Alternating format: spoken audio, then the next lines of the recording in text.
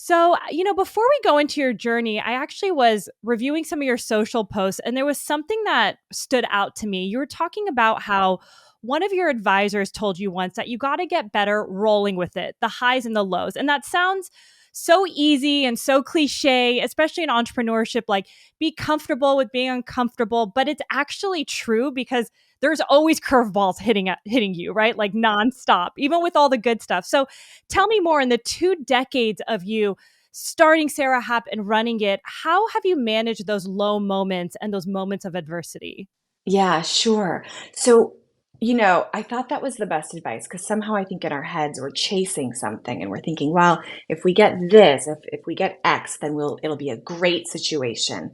Well, probably Y is coming also. And then X will come back. The highs and the lows are always can be in the same hour. And I just realized it doesn't matter how big you get, doesn't matter how small or large you are, you're always going to have your level of wins and losses.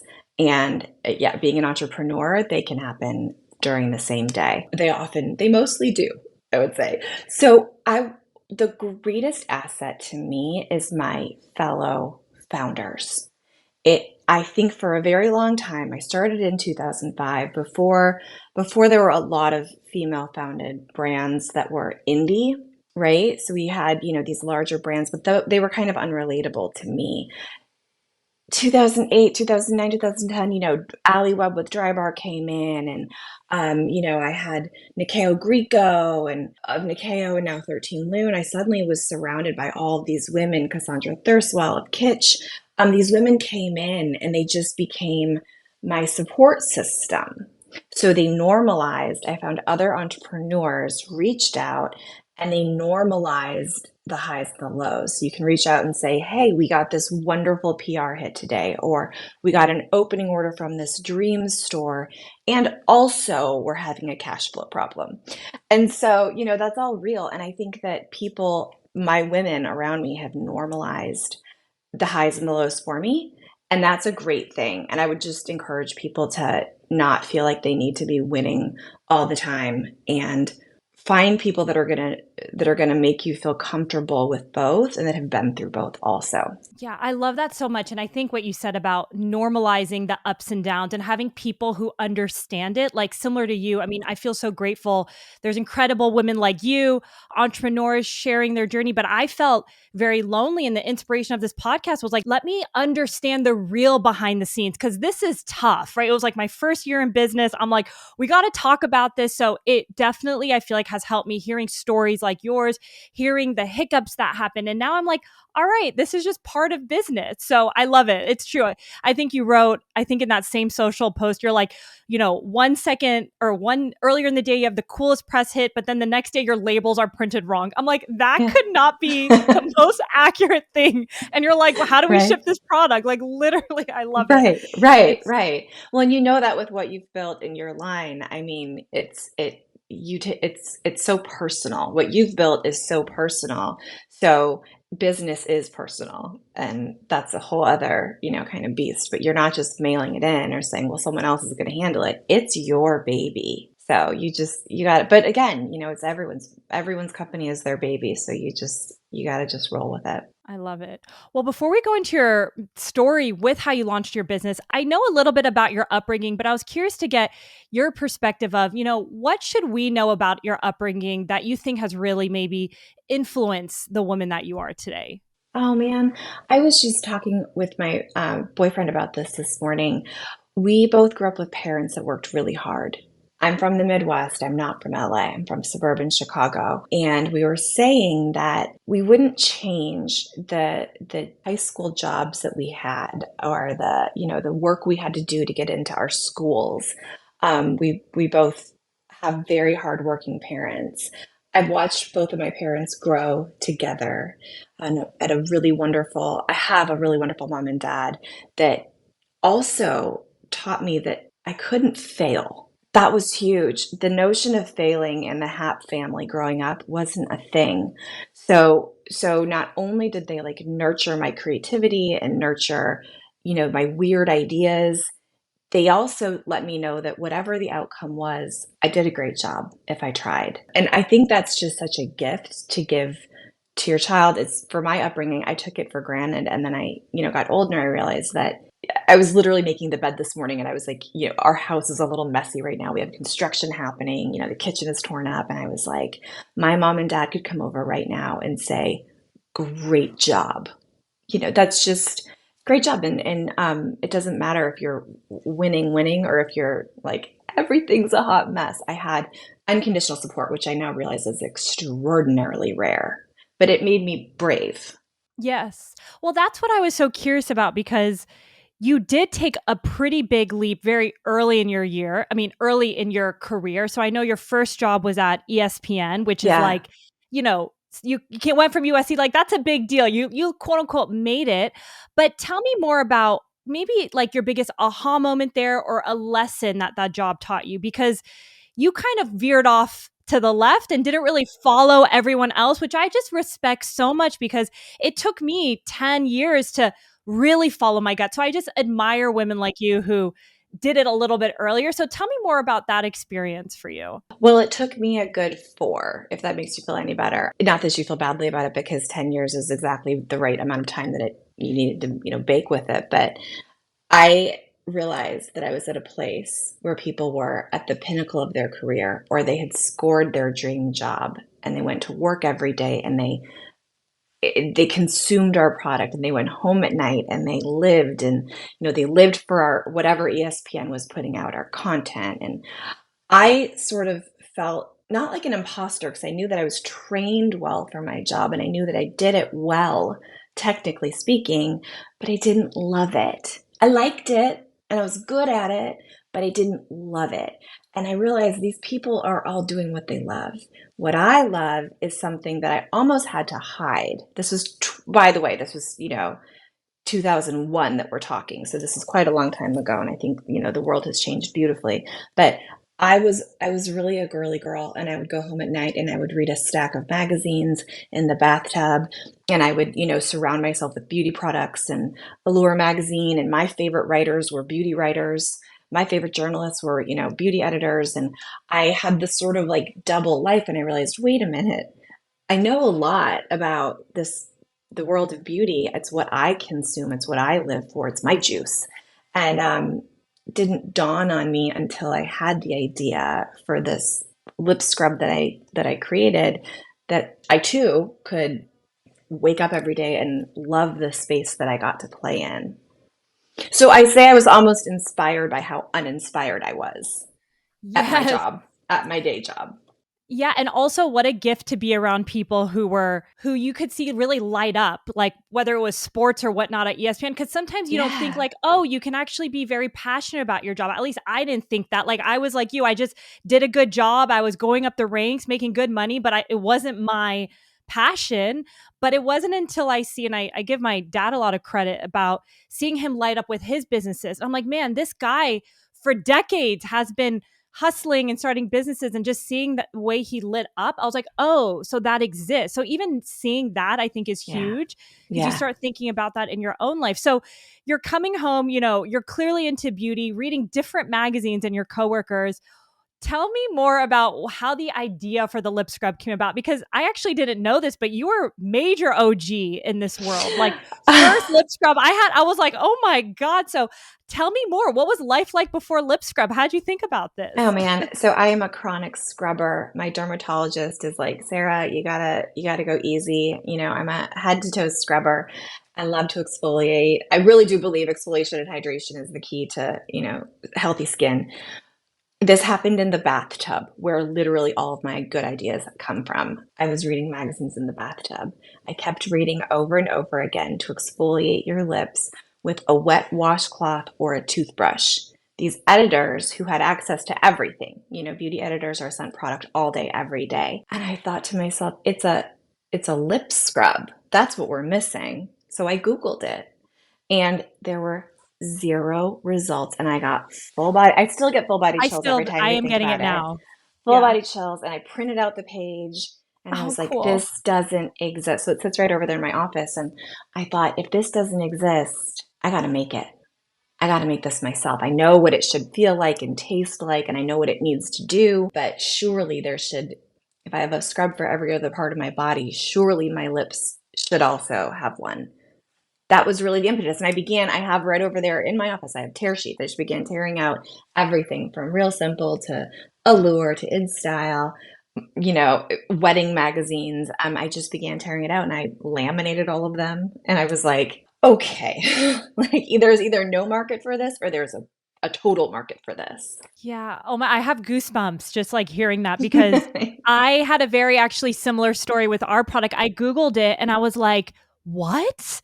No one is making this like protocol easier for women because I wanted it, right? It's like there's nothing better than you wanting this product. And that Yes. feeling is wild. It's like the universe just conspires and you're like, it all clicks. So I love that. I wish I printed out the Google search. Like now things are has changed, but that's so cool. So did you think so you had this inspiration, you were so excited, you see this opportunity, were you like, oh, this could be a business, or what were you envisioning? Were you like, oh, I'll just make some extra money? Like what were you thinking at that time? No, I really thought that I thought it was for sure.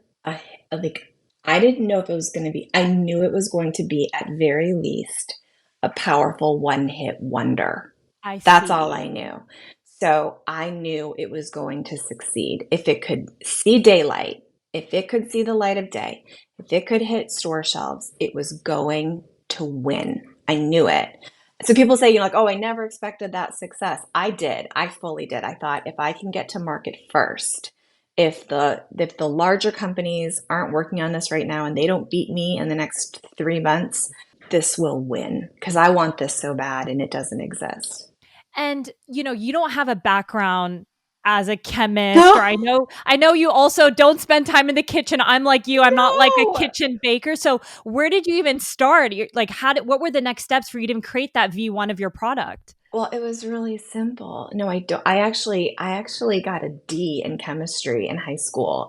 It's just not my thing. I do say though, if you work in beauty and you do work in your product space, you probably deserve an honorary chemistry degree. Like right now, I can molecularly break down my product. I'm certain you can also, right? To the atom. But no, I was not a chemist. I don't use my kitchen, so I literally went out and bought mixing bowls and I was 25, so I had this tiny kitchen in my little apartment, and I went to Whole Foods. I went to I went to different markets, and I found all of these different ingredients that I thought would be gentle enough for your lips. I was buying like McCormick oil. I wanted everything to be edible, so I was buying like McCormick vanilla flavoring and sugar in the raw and all these different ingredients that were food based because I wanted it to taste good and really hydrate. And so it was me. There was a moment where I remember going to my local Target and they like ran out of my sugar because I was buying it all, and I had my guy there and I was like, when's it coming back in stock? I know there was And no Amazon. I mean, I don't know, was Amazon a thing back then? Or they no, still like a no. book? You Yeah. walked into the store. You went. And I knew when sugar shipments were coming in, and I knew when vanilla extract shipments were coming into my different stores. And so I just began mixing things together. And probably over the course of about 2 to 3 weeks, I came up with six lip scrubs that ranged from bright white to they went down like this ombre, like bright white peppermint, to this chocolate brown that was cocoa, literally had Hershey's cocoa powder in it. Six scrubs. I was using them every single day, and they were in this little Tupperware container. I was using them every single day, getting the results that I wanted. And I thought, surely other girls will want this too. So you have these 6 different products and it's working for you. Clearly you're excited about this. You've created the formula, it's there. Tell me more about how you thought about selling the product early on. So you're still at ESPN, that's your full-time job. You've created these products. So what were you kind of envisioning were the next steps for you? Yeah, so I knew I had two jobs. I had to make sure that this product could scale, because again, I really did think that it was going to be made in more than just mixing bowls. I did think that. So I was looking for a lab.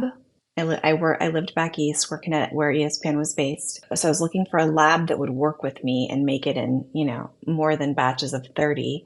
And then the next step was I believed in women, and I knew that there were a few boutiques in Los Angeles where I'd gone to USC that were very small, and the women were the buyers, the owners were the buyers, and I called each of them and I said, "Hey, if I come out to LA, can I show you my product?" The first store to buy was my dear friend, your dear friend, Shannon Stuber. And I walked into her store. It was the beauty closet in Studio City. And I said, it was late at night. The store was closed. Yeah. And I said, "Can I show you this product that I made?" And she said, "Yeah."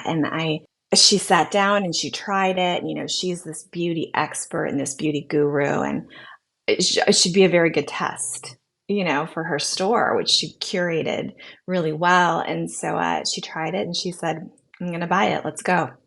And she wrote me a check for $360. That was my minimum opening order. Yeah. I'd made it in my kitchen. I'd labeled everything myself. I'd tied bows on the jars, you know, all the things.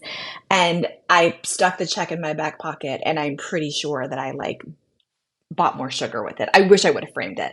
But Shannon did that, and then four other women at small boutiques in LA bought it. So I went very small. I didn't go pitch Nordstrom. I didn't, you know, I wanted to, and I let them all know I'm making this by hand at home from Connecticut. So I will ship it to you. And I made a deal. I made a deal with each of them, which seemed really logical to me. I said, if a reputable celebrity comes in, someone that we like, tell them they can have all the product that they want, and it's a gift from you and me. And each owner was like, "Really? You would do that?" And I was like, "That seems like a great deal for me. You know, like happily I'll give away 36 handmade units." And then I said I would send them double. So for Shannon, I said, if someone walks in who's fantastic, you know, give them everything, give them whatever you have in stock, and I will send you double for free. And she was like, "Great deal." So she was pivotal because I also knew back then you really did have to have a celebrity attached to your product to get press. It's not the same today. Beauty is so much more democratized. And we have social media and all of that. We didn't have that then. So yeah, Reese Witherspoon let us use her name. Bless her Really? forever. Yes. And then I got a publicist. So I wiped out my savings account and I went to a publicist in New York and I said, "Hey, I can pay you half of your retainer. Can you get me press?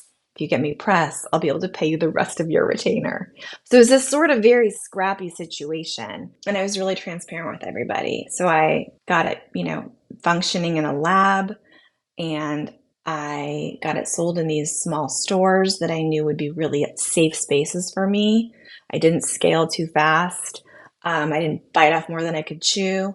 And then I waited for press to hit. And that's when I turned on the lab.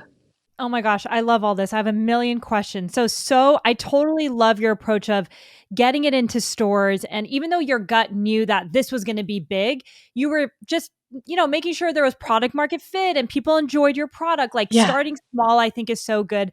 And it was funny because I remember when we launched, people were like, "Are you going to throw like a launch party and do all these things?" And I'm like, I want to just get it and like test it out there. I'm not trying to like go big the day we literally start selling. So I love your right. approach of putting it into people's hands, seeing what they like. So, what a brilliant idea also of you giving that celebrity like deal. You were saying, you'd give it for free. That's such a great idea. And so Reese Witherspoon what was one of the celebrities that came into those boutiques. Yeah. And that's so Yeah. And amazing. we filled her holiday basket for her family, and then she beautifully let us use her name, and we were off to the races. It was just people have been so kind to me, and they've been so generous to the brand. And so yeah, and then yeah, it became a thing, and it hit in People magazine on a Thursday, and my publicist called, and I was working in New York on horse racing, and she said, "I need you to," she said, "Go down to a deli, go down to any deli and pick up People, You're in It." And it was my handmade boxes and homemade lip scrub, which I was still making at home. And I just began jumping up and down and screaming in the store. And that was it. And yeah, it was Shannon. Shannon was the one that like tipped us over. Oh my goodness. Well, you're in the People magazine, right? Like that was the major inflection point where you're like, Yeah. "Oh, this might I might be able to even quit my job." But what was the moment where you're like, oh, this is a real thing? Like, I can't even do my job at this point. Did you feel that way then? I did. I went home. I took the train home from New York. I got home and my website, which previously just my friends and family ordered from, I'd ship it to my aunts and uncles. I'd ship it to my girlfriends back in LA, or my website looked like a virus had happened.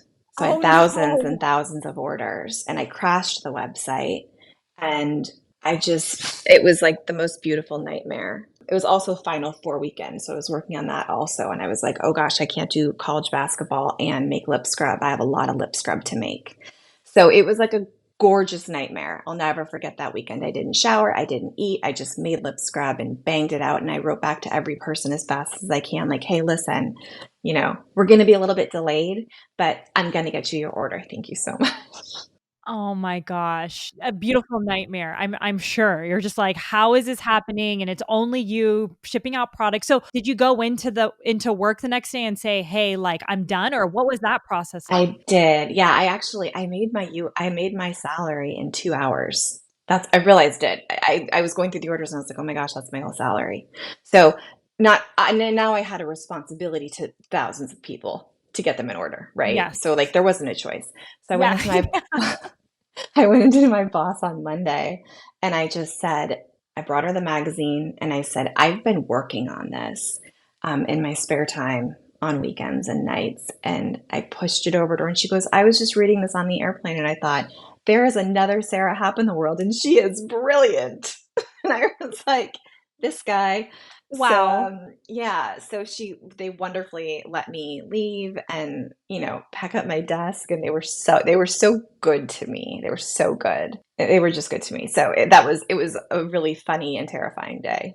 Yeah, I was gonna ask, like, were you nervous? I mean, you were clearly like financially supporting yourself in a city where your parents weren't, like you created this whole life. Did you have any nervousness of like, oh, if something happens, like maybe I need to go back or any thoughts like that? I mean, yeah, it seemed kind of wild to leave this like wonderful job, but the response was so overwhelming that I literally had a responsibility to fill orders.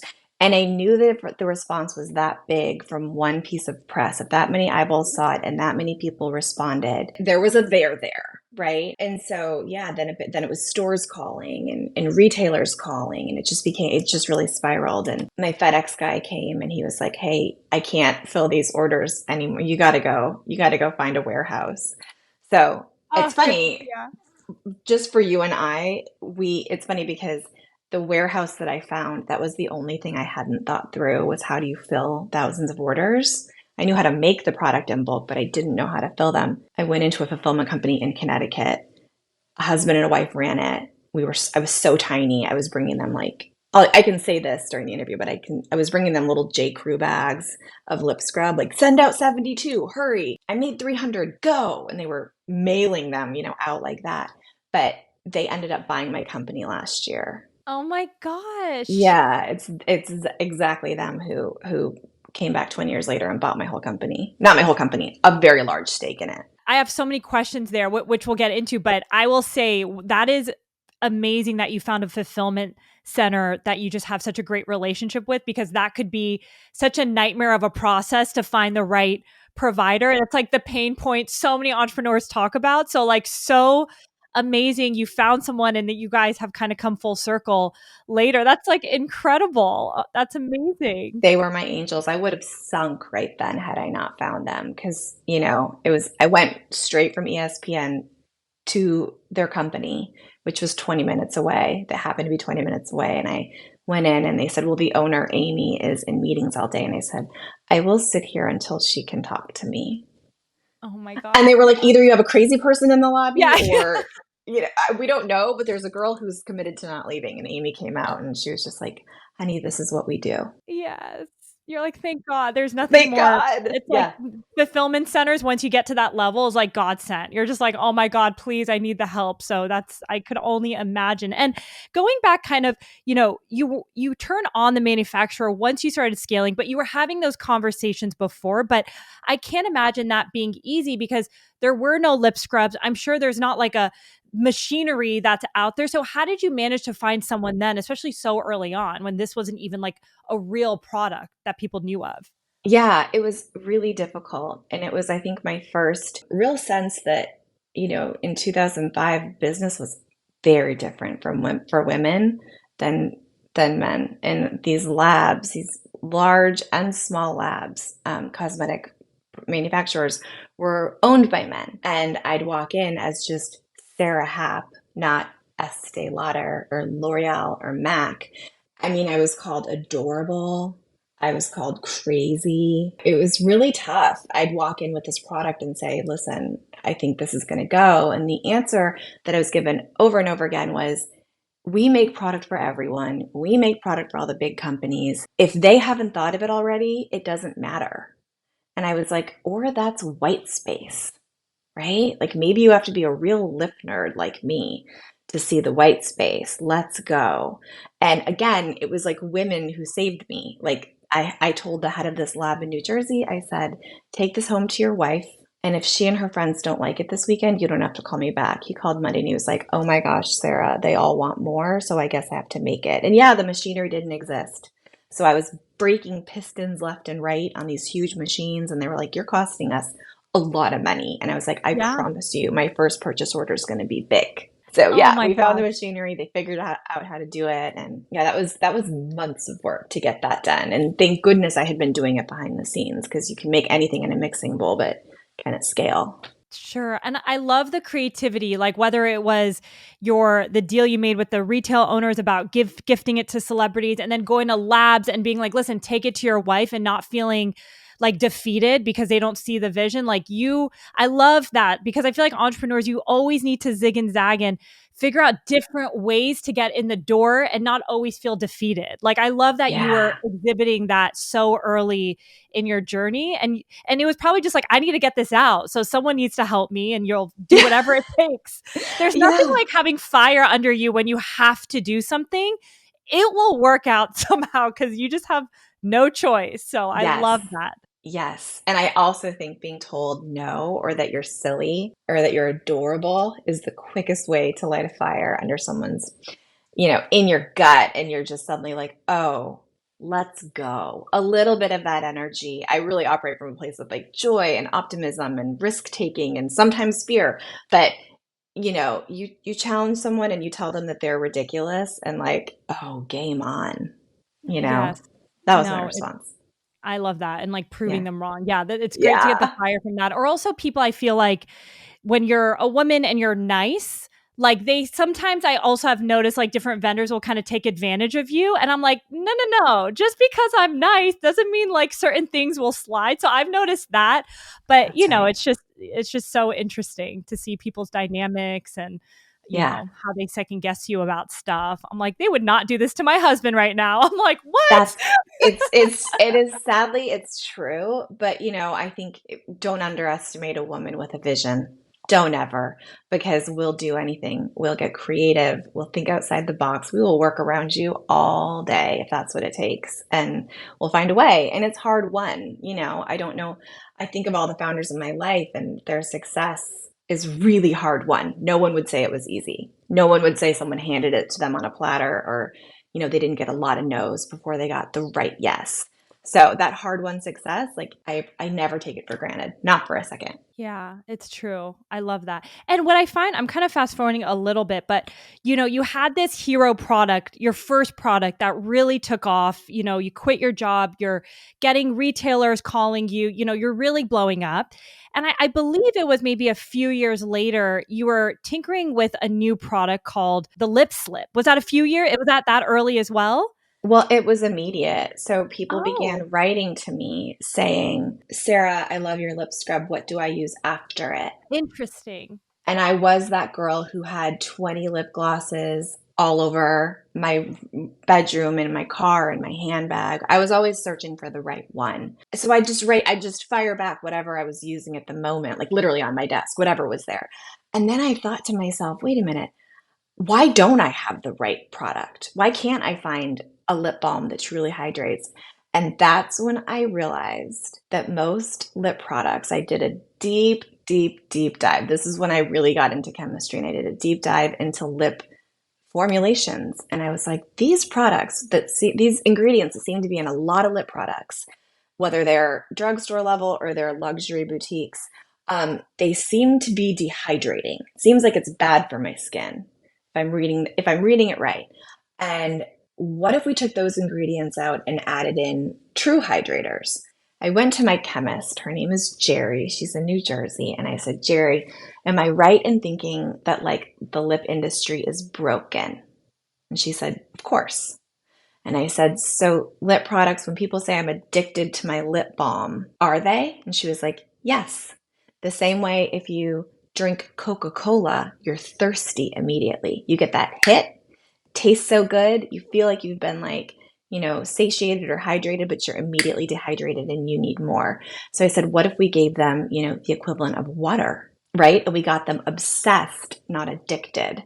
So that became our Wow. goal. Yeah. And for 3 years, from 2005 until 2008, no, 2006 to late 2008, her and I worked. We went over 200 iterations of this lip balm. I also realized that, and she was like, she said, I'm using my chemistry degree for the first time in lip products. She's like, I get to use my chemistry degree all the time in skincare and, all these other areas in beauty that she worked in. But she was like, the lip industry, yeah, it's empirically broken. So you're going to put something out. And I thought, the world doesn't need another lip balm. It doesn't need another lip gloss. I have 100. It needs the perfect one. Also, for my own credibility, I realized if I put something out, we know the lip scrub works. We know it's the first. If I put something out that's bad after it, I will now lose trust, right? I've gained people's trust. I've earned their trust. If I put something out that's ineffective or that can't compete in the marketplace, ooh, like, am I a one-hit wonder or can I put Yeah. out an album? Yep. You know, was the Yeah. test. So we wanted it, 200 iterations plus later. And I'm looking at something on my desk right now that we've been working on for 6 months. I mean, we're on iteration 10 and we nailed it. So 200's a lot.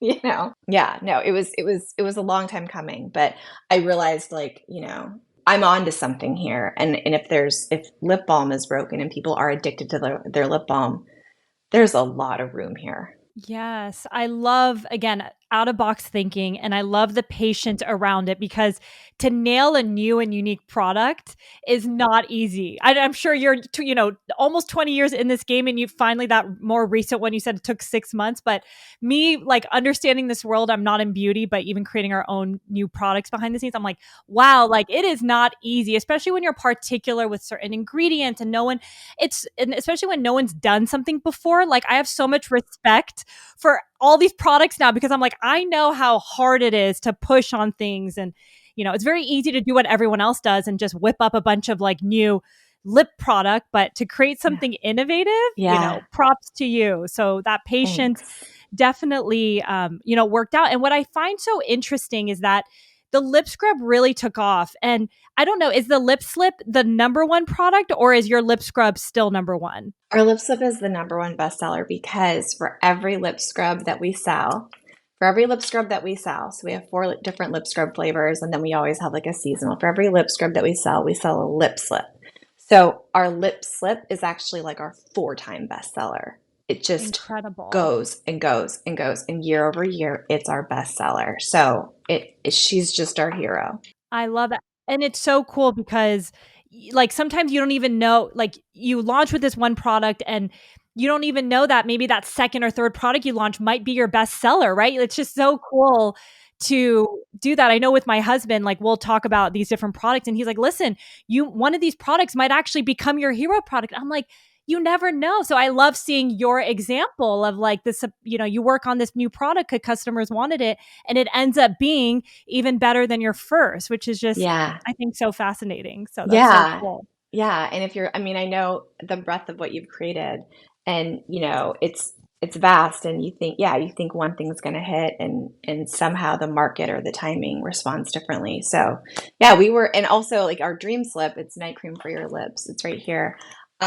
This is our number 3 seller and that came out in 2018. That came out years in. So as long as you keep innovating, you don't know what's going to hit, but it's just listening to the market and knowing your brand and staying focused on what you know is really good for your brand, for you, for your mission, for what you're putting out. And yeah, something might hit that's just not what you thought. Yeah. And what's so great about the way you've kind of done it for your brand is yes, you have different SKUs, but you were very selective and patient on when you worked on one, when you launch. And also you've stayed in the lip space. And I know, the question that I'm sure you've probably gone asked 100 million times, because I get that question, is like, what's next? What categories are you going to get into? So, how have you stayed so focused on lip? Because, like so many businesses, especially as you scale, you see them going into many different aspects like skincare and Yeah. homeware, right? Like that's like what successful businesses do. So how have you stayed so focused? The beauty space is noisy. It's more noisy now than ever with TikTok and with, all the social and which is a beautiful thing, right? I really enjoy watching the game. But our laser focus, picture a team of the Sara Happ team and all of our chemists, and all we do is think of lips night and day. That's all we do. We think of one thing and we think of how to do it perfectly. The focus, I think, is our strength. And we're all lip nerds. I mean, if you're that obsessive about one thing, you're probably going to put out good product. And I've watched other brands, yes, copy us and put stuff out, but then they're also throwing out other things, and maybe those things are great. And I've also realized, like, I'm truly looking to fill white space. I really am looking to like invent the wheel. Or, we have like a lip gloss and like we reinvented the wheel with the formula. So like we innovate, we put out first to market products, and then we iterate and we make what does exist, like, my favorite pink lip gloss, the pink slip. We make it the formula better, we make the touch points better. So that kind of focus too, we just want to make sure that every little part of any Sara Happ product that you get is thought through to the point of like ridiculous. And I think that our simplicity, our focus is our strength. Yeah, I love that. And you can definitely see it with the products, but I love how you stayed so focused for so long. Like that is a big gift. A lot of people don't do that. They'll quickly get bored and do another product. And I'm like, wait, what Yeah. happened to the other product? Like, how are you launching so many things? And to each Yeah. their own, everybody has a Yeah. different way and what industry in or whatnot. But I love the focus that you have had. And you're like, we're going to do this well and we're going to be innovative. So that actually got me thinking when you launched, the first lip scrub out in the market, obviously now there's so many competitors are in place for that. What did it feel like seeing maybe the first brand, bring a lip scrub? Because I know how gut wrenching that probably could feel. So what was that moment like? Oh man, it was 2012 and I'm horrible with years. I only remember the year that my baby was born. I don't remember any other years. I have a very strange relationship with time. But 2012 it happened, and it was this very large company that I had a lot of respect for, owned by an even bigger company. And I walked past their store on the Upper East Side in New York, and I saw basically my two products, my lip scrub and my lip slip, on a giant storefront. And I gasped. I just went, and I realized those aren't mine. Someone else did it. And I'm sure that I called Shannon immediately, who was by then running all of our sales. She had, wonderfully came and joined our team. And I was like, I don't know if we should be really, really flattered or a little crushed or a lot scared, you know, but we knew that day was coming. We knew. And that's why we went really hard after the press when we launched each product. We really gave each product its moment, made it precious, really went after beauty editors to try to get the most amount of eyes, thinking they're coming for us. They're coming for us. But again, I guess it was flattering. I was like, well, I've bought a lot from this company, and now they're watching, they're knocking me off. I also looked at it as a chance, and this is where my mom, who's this eternal optimist, was like, okay, but also you've just been validated. For everyone who's like, why a lip scrub? Why would you make a lip scrub? Or why would this girl put out another lip balm? Well, you're on to something. It means that copy is the highest form of flattery if you want to look at it that way. So it actually did create a space with a bigger audience that I had than I had. So it was, it validated the category. And now I just took some award. I just entered into some award, and like best lip scrub was a category. And I was like, oh, Wow. Oh my gosh. I mean, it took 20 years, but Yeah. it's a category now, you know? So yeah, no, it was like a heart drop and shocking and scary, but also motivating. I knew I was like, okay, Sure. well, we have to stay ahead of the game and we have to just heads down and keep focusing and keep putting out what doesn't exist. And they can keep chasing us.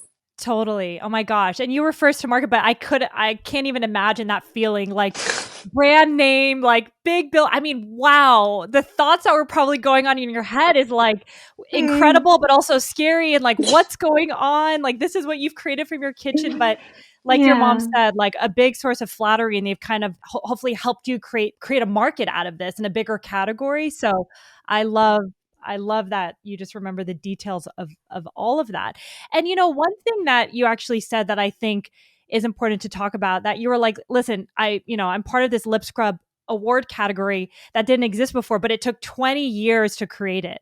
And I actually was on a call the other day with someone who's starting a business, and she felt very deflated. She was like 4 months in launching her company, was doing social, and just felt like she's just trying to figure it all out. And I'm telling her, like, it's all, and this is just from listening to women like you, I'm like, it takes time, right? Like, it takes time. And I think a lot of people still envision that they should double year over year, 100% for 20 years, And I think, like, tell me more about what your thoughts are, because I know you guys have sustainably grown year over year over year. And even staying in the game is like the hardest part, right? Like, I'm like, Yes. listen, just keep doing it year over year over year. Like, you're going to make it. That's the hardest mental game ever. But what would you tell someone who's listening, who's starting a business, and they're thinking, dang, like I don't see that momentum. Like what would you tell someone who's thinking about that? First of all, dang is one of my favorite words. I say it all the time. I'm like, dang.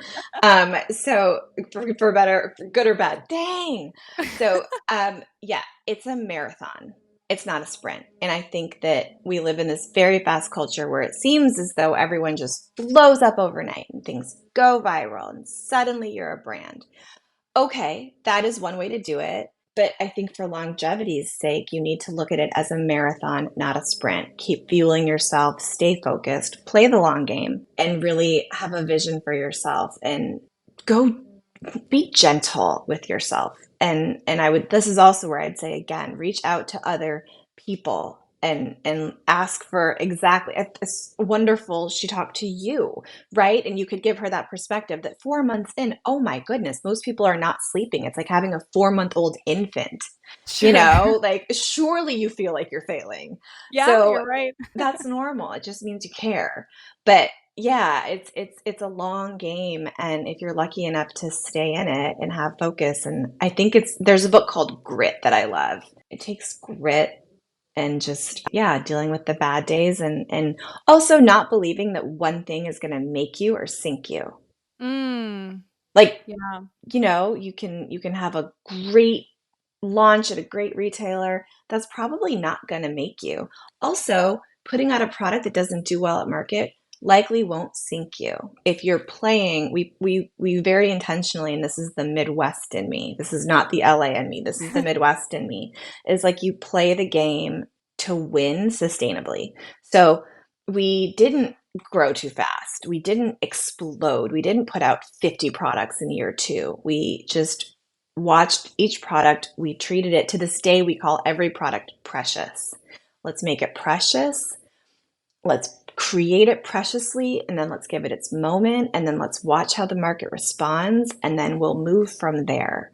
So we really didn't get in over our heads. And yeah, we plowed the money back into the company and grew slowly, which, again, that's like, it's a marathon. You don't sprint through a marathon, you'll burn out. It's true, because you will burn out. And I think I learned that very quickly in this journey. I was like, oh, I got to change the way I'm doing this, because I will be dead in like 3 years if Yeah, I yes. continue. So there's Yeah. nothing like real life experience. So I'm curious, because running your business, especially for, almost 20 years, is so admirable. Like, was there ever a point where you're like, man, I'm so burnt out? I think I was reading an article where you're like, I don't even want to hear my name anymore. I mean, Oh, sometimes you like, Sarah, because you're connected to the brand. So any moments like that, and looking back at yourself at the time, anything that you would tell maybe that younger self who was maybe feeling like burnt out or exhausted or, whatever you were going through at that time?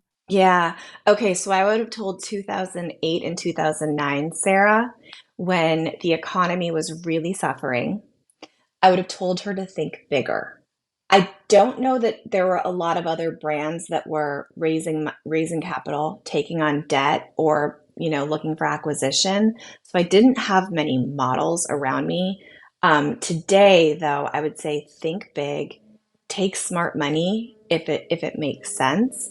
I would have told burnt out 2008, 2009 Sarah that, but I didn't know what I didn't know. 3 years later, Ali Webb came into my life, and Nikeo Grieco was there, and all these women, Vicky Sai of Tatcha, came into my life, and I began seeing different ways of doing business. Yes, 2 years ago, ask anybody around me. I was like, I would sell my company for a latte, a really good latte, Oh my but a gosh, Sarah, latte, really? I would. And I Yeah, didn't mean it. I didn't sure. mean it, but I was so, yeah, I was burnt out. And I think the frustration as a founder is you can see what the brand could be given the right resources. And we bootstrapped. So we have bootstrapped every single step of the way. I was the owner of the company, and that's not necessarily a good thing. It can be great because you are the boss of you, right? And you can grow however you choose to grow.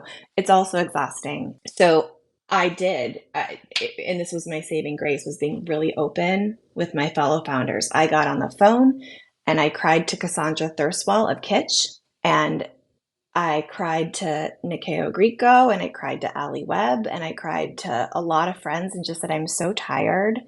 And yeah, I don't like hearing Sara Happ anymore. And I want to love her again. I want to be Sara, but I want to love that brand. But right now it feels like work.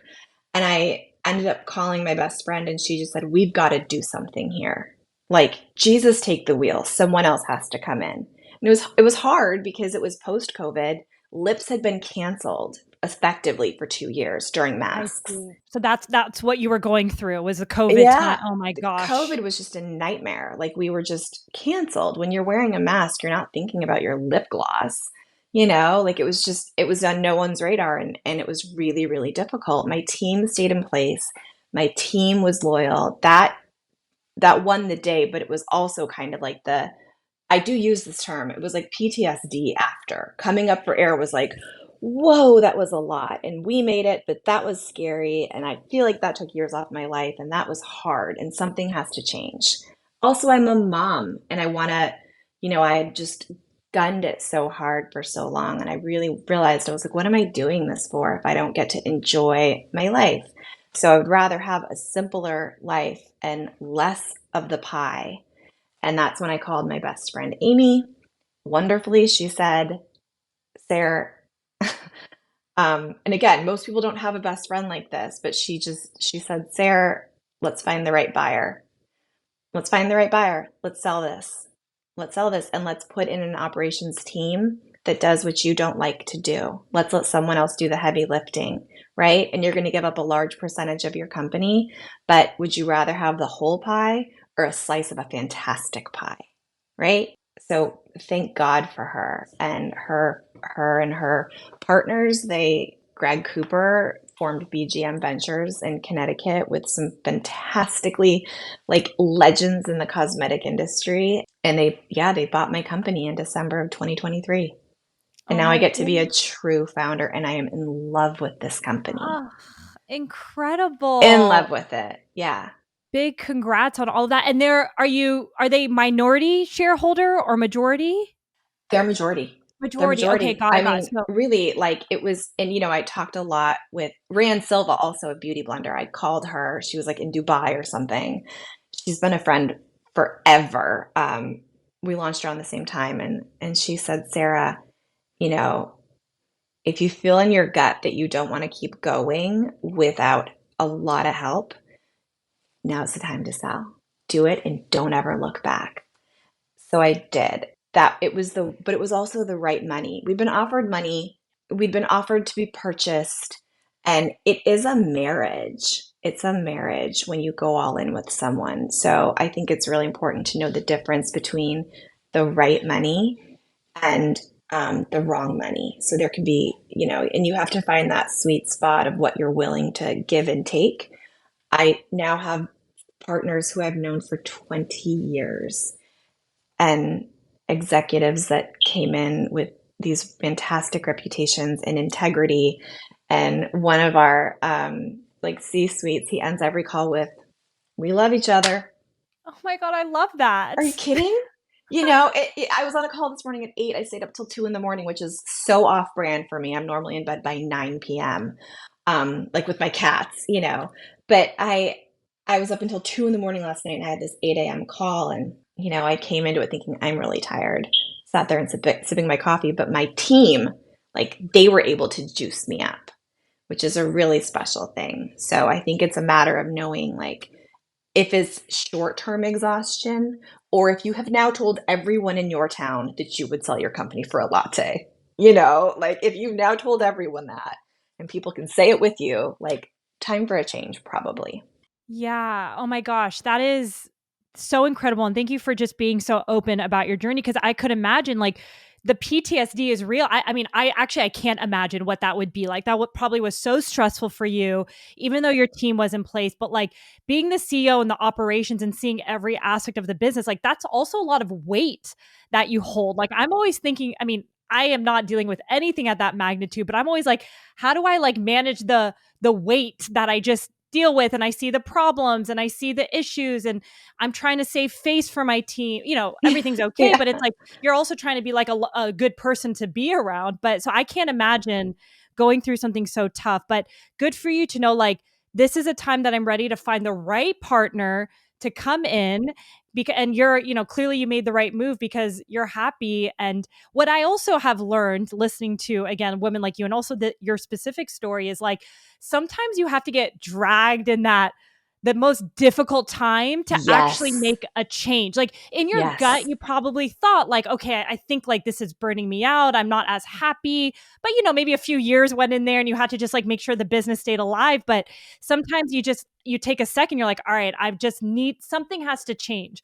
So like Yes. there's nothing more beautiful, even in personal life. Like when you go through shit, you're like, all right, never again, something has to change. So Yes. I love that. I went through, I mean, this is so small, but just sharing because I know, people also have small businesses, but we have been selling out of a product that we have, a magnesium Yeah. product, and Yep. it's wonderful. Like you said, a gorgeous problem to have, but there's a lot of operational things behind the scenes. And I was telling my team, like, hey, like, let's turn off like content on it because I have to figure out inventory. And they're like, well, why? We can just go on waitlist. I'm like, you guys, like, I have PTSD. I'm still recovering from like the month of fight or flight, making sure everyone's getting product. Like, and I realized I need help. That was like what I had to go through to be like, I need an operations person. I can't do it now all alone. But it's a gift. You learn from those experiences You of do. what you need. So You do. yeah. And it takes something where like other people see it as, success. Oh, you sold out. Yeah. But you're thinking, I'm not serving my customers. Yes, I'm exactly. losing their trust and I'm probably losing their attention, and it's cute until it's not. So the problem has to be fixed. And yeah, we've certainly like we've run out of stuff and it's like adorable. It's not because your retailers need it, your customers need it, and you're like someone is furiously responding to emails like, when is I this coming know. back in stock? What have you done? Are you still in business? And you're like, oh my God. I It's the stuff that know. people don't think about. Yeah. Yeah. I know. And like the people pleasing side of me is like, we're going to get Yes. it to you soon. Don't worry. And I'm Yeah, doing I'll everything I overnight can. it. Yeah, I Yeah. know. I spent all this money like over. I was like, take my money, whatever you need. Just take the product. I don't care how much it is. Like, Right.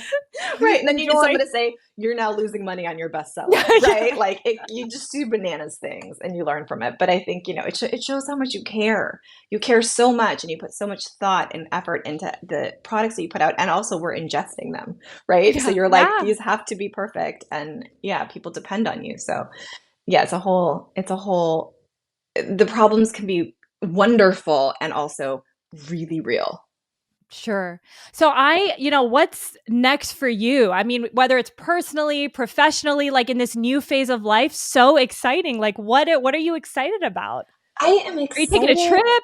Oh my god, I have not taken a trip yet. I think I just need to go to Mexico. That's what I need to do. But what I get to do now is my favorite thing. I get to be a founder.